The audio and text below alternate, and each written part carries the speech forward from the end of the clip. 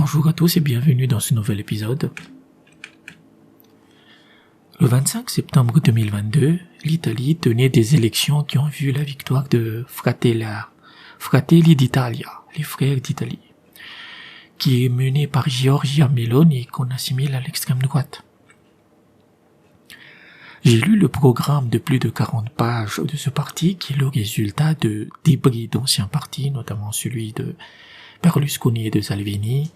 Le programme est détaillé et comprend tous les domaines, l'immigration, la relance économique, l'indépendance aux énergies russes, la relance de la natalité, la défense de la famille, etc.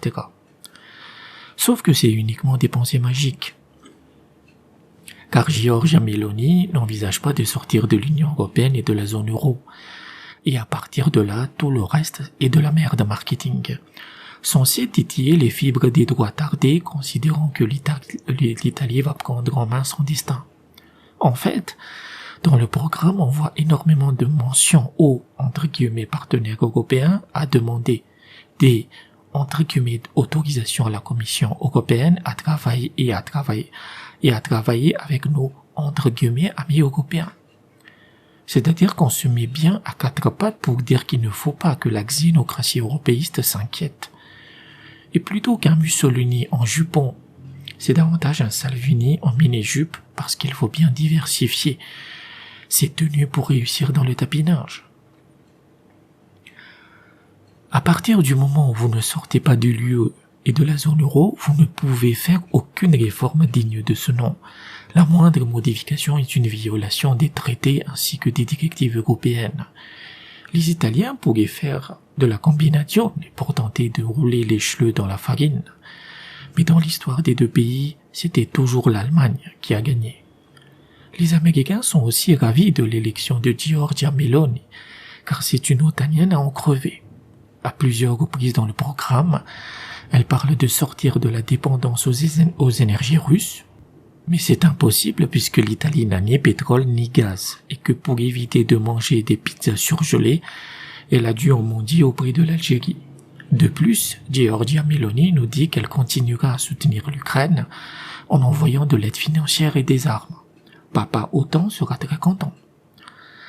Certes, les médias mainstream ont dégueulé à mort sur Meloni, mais ils avaient fait la même chose contre Marine Le Pen, alors qu'on sait pertinemment que c'est une tactique pour la faire mousser avant de l'exploser en plein vol.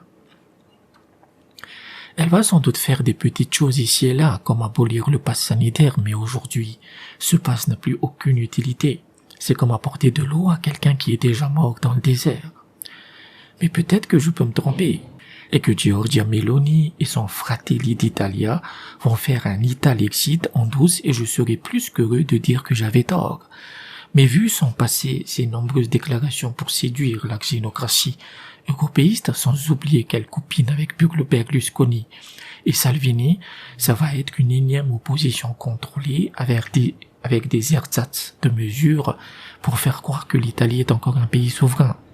Quand on a 2600 milliards de dollars de dette, soit 152% du PIB, on ne peut être le souverain de personne et surtout pas de sa propre destinée.